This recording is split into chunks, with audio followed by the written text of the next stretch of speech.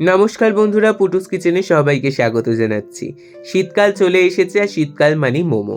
আগেও আমি একবার মোমো সিরিজ করেছিলাম, তাতে আপনাদের ফিডব্যাক খুব ভালো পেয়েছি। আবারও মোমো পর্ব নিয়ে আমরা ফিরে আসছি খুব তাড়াতাড়ি। তার জন্য আজকের প্রথমেই আপনাদের সাথে শেয়ার করব মোমো চাটনির রেসিপি, যেটা ছাড়া মোমো কিন্তু অসম্পূর্ণ। তার জন্য একদম অথেন্টিক চাটনি যেইভাবে বানানো হয় সেইভাবেই রেসিপিটি আজকের আপনাদের সাথে শেয়ার করছি। চলুন তাহলে রেসিপিতে চলে যাওয়া যাক।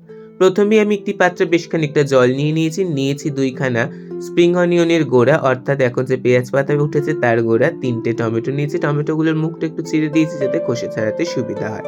নিয়েছি ঝালের জন্য 7 থেকে 8টা শুকনো লঙ্কা। ঝালটা অবশ্য করেই আপনারা আপনাদের প্রেফারেন্স অনুযায়ী ব্যবহার করবেন। আমি কোনোদিনই শুকনো লঙ্কার দানা ফেলে সেই ঝামেলা করে কিন্তু নিইনি। আমি গোটা শুকনো লঙ্কাই দিয়ে দিয়েছি। খানিকক্ষণ ফুটিয়ে নিয়েছি, লঙ্কাগুলোও ফুলে উঠেছে আর টমেটোটাও প্রপার সিদ্ধ হয়ে গেছে। এবার খোসাগুলোকে ছাড়িয়ে নিয়ে নেবো একটি মিক্সিং গ্রাইন্ডারের মধ্যে। প্রথমে টমেটোগুলো সমস্ত খোসা ছাড়িয়ে নিয়ে নিচ্ছি, তার মধ্যে স্প্রিং অনিয়নের গোড়াটাও দিয়ে দিচ্ছি আর দিয়ে দিচ্ছি শুকনো লঙ্কাগুলো। আপনাদের কাছে যদি পেঁয়াজ পাতার গোড়া না থাকে তাহলে আপনারা এই পর্যায়ে কিন্তু রান্না করার যে পেঁয়াজ আমরা ব্যবহার করি সেই পেঁয়াজও দিতে পারেন, আধখানা কি একখানা। এতে কিন্তু কোনো সমস্যা হবে না, কিন্তু স্প্রিং অনিয়ন দিলে খেতে খুবই ভালো লাগে। সমস্ত উপকরণগুলোকে মিক্সির বাটিতে ট্রান্সফার করে খুব স্মুথ একটা পেস্ট তৈরি করে নেবো সামান্য একটু জল দিয়ে।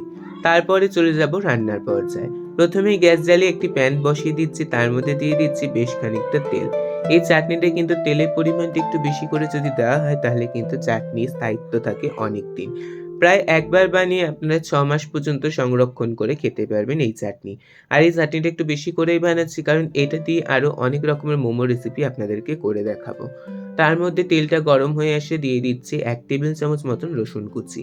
রসুন কুচিটা দেওয়ার ব্যবস্থা করবেন, তাহলে কিন্তু ফ্লেভারটা খুবই সুন্দর হয়।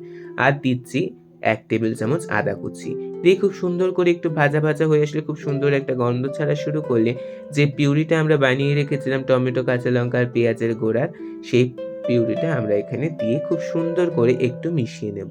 আর মিক্সার গ্রাইন্ডারের মধ্যে সামান্য পরিমাণ জল দিয়ে আমরা সেই জলটা দিয়ে মিক্সির বাটিটাকে ধুয়ে আবারও সেই জলটা এর মধ্যে অ্যাড করে দেব। এতে আমাদের পিউরিটাও নষ্ট হবে না আর আমাদের সসের ঘনত্বটাও ঠিক থাকবে।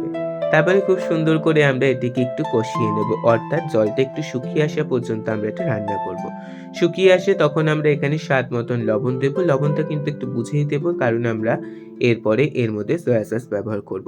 আর টক আর প্রিজারভেটিভ হিসাবে দিচ্ছি ভিনিগার 2 টেবিল চামচ, 1 টেবিল চামচ দিচ্ছি সয়া সস আর স্বাদ মতন দেবেন চিনি।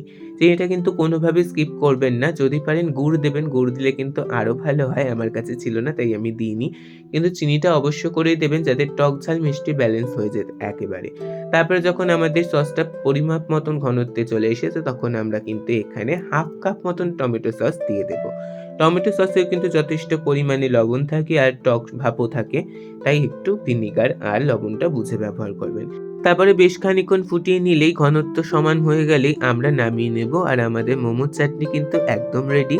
গরম গরম স্টিম মোমোর সাথে এই চাটনিটা এনজয় করুন। আর যদি ভিডিওটি ভালো লেগে থাকে তাহলে একটি লাইক করবেন আর চ্যানেলটিকে সাবস্ক্রাইব করতে একদমই ভুলবেন না, কারণ সামনে আসছে মোমোর আরও নতুন রেসিপি। আজকে চলে যাচ্ছি, আবার দেখা হবে নতুন কোনো ভিডিও নিয়ে। ধন্যবাদ।